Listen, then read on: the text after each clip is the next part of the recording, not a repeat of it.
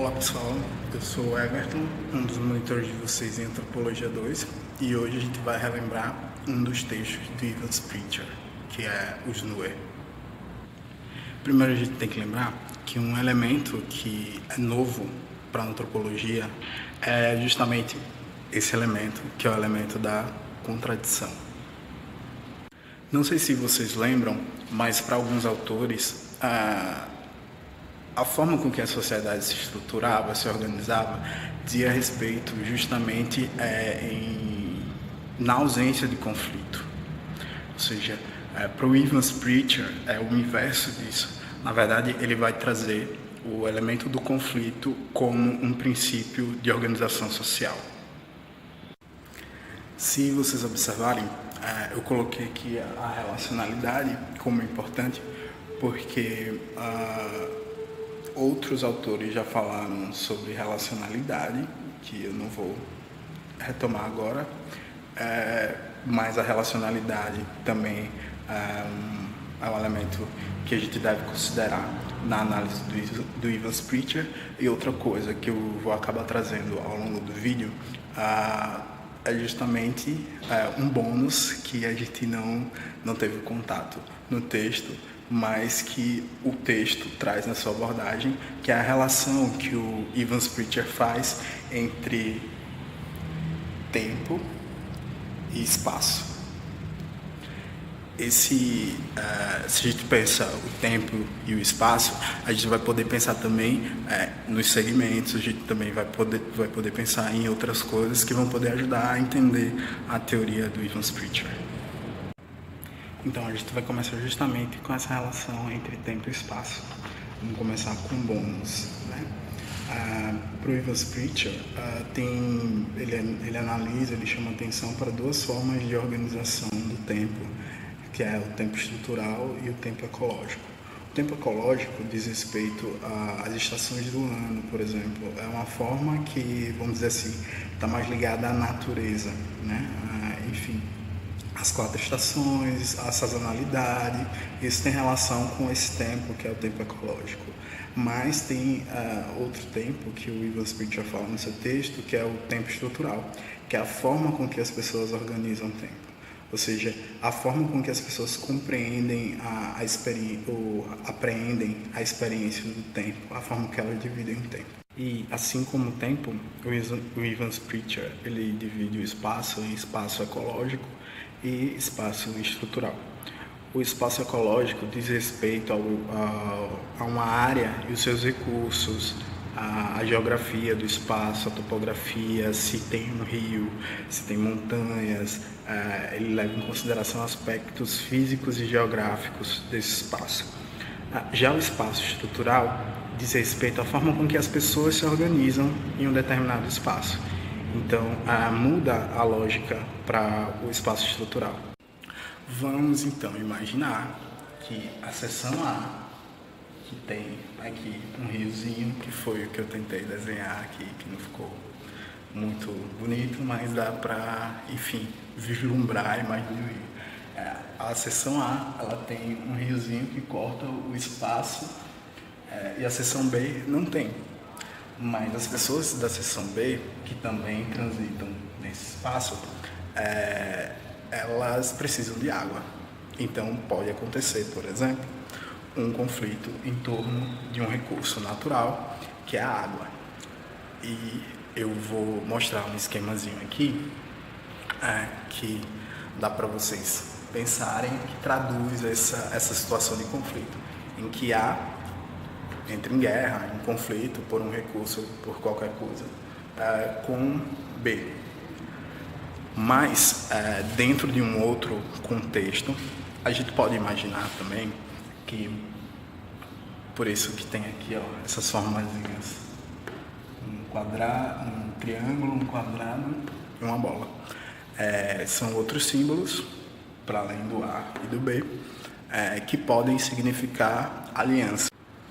Vamos imaginar a situação de conflito entre seção B e seção C.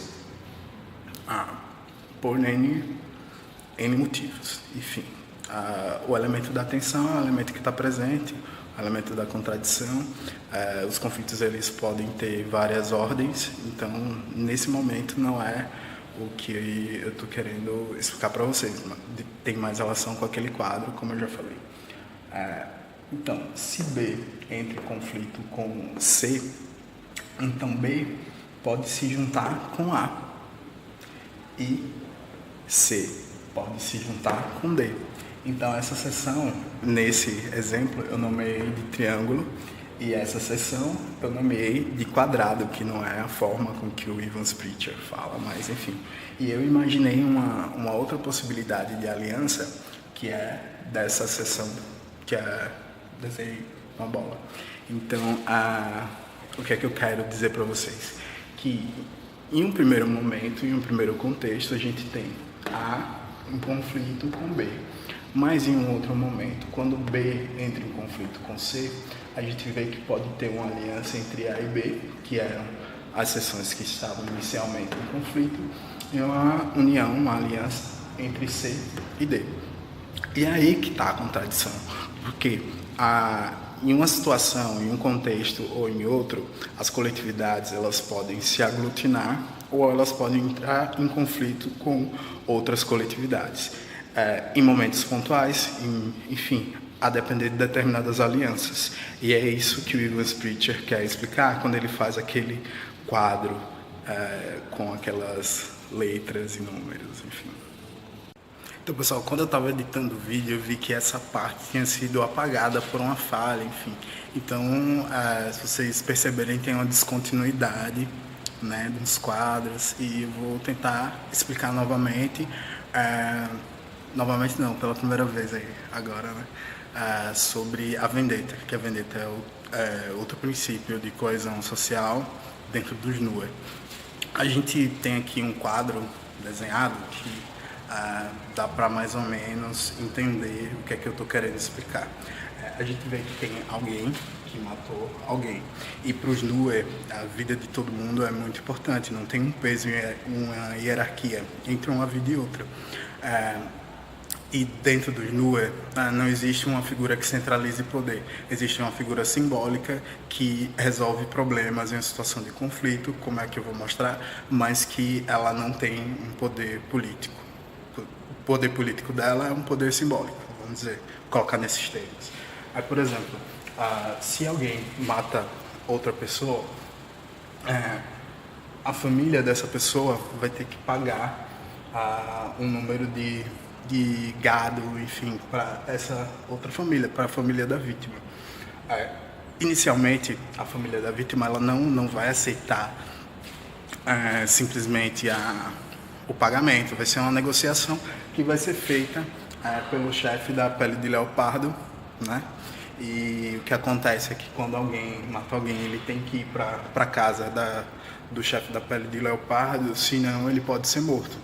Que é como todas as vidas são importantes, mas você tem o direito, no caso de se alguém da sua família é assassinado, você matar alguém da família, da outra família, né? De quem matou. O que o Evans Pritchard está mostrando também com isso é a honra que está em jogo. Então, por isso nos NUE não tem... Eles têm uma resistência ao conflito, mas quando entram num conflito isso reverbera de uma forma muito grande nas relações. Tanto que, em alguns casos, as famílias elas não vão participar de eventos que uma outra família promove, porque existe uma rejeição e o perigo também de morte. Então, quando alguém mata alguém, ele tem que ir para a casa do chefe da pele de leopardo, que é um lugar neutro, e esse chefe ele vai negociar com a família de quem foi assassinado um pagamento que é um ressarcimento pela vida dessa pessoa. É um princípio, né? Um princípio de organização social, como eu já falei, e sinteticamente é mais ou menos isso que vocês têm que lembrar dessa parte da vendetta. Como eu falei para vocês, eu ia focar em uma das obras do Evans Pritchard, que era os NUE. Mas eu vou contar uma historinha que eu vi de um amigo, ele me autorizou a falar sobre essa história, que pode fazer vocês lembrarem dos NUE. É, e a historinha é que o meu amigo, no carnaval, ele viajou pro interior, passou os 4 dias lá e ele viajou no carro dele com o pessoal e tal, mas a carteira dele estava vencida. Pois é.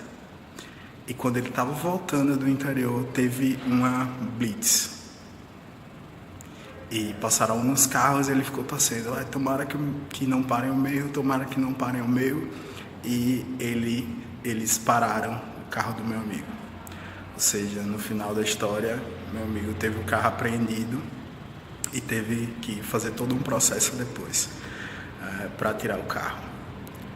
Não sei se vocês lembram, mas o que o Gus Pritchard está chamando a atenção no Zazandi é que bruxaria é diferente de feitiçaria. Então, nesse caso, quais os elementos que seriam comuns dessa história que eu acabei de contar para vocês, que vocês encontrariam nos Azandi?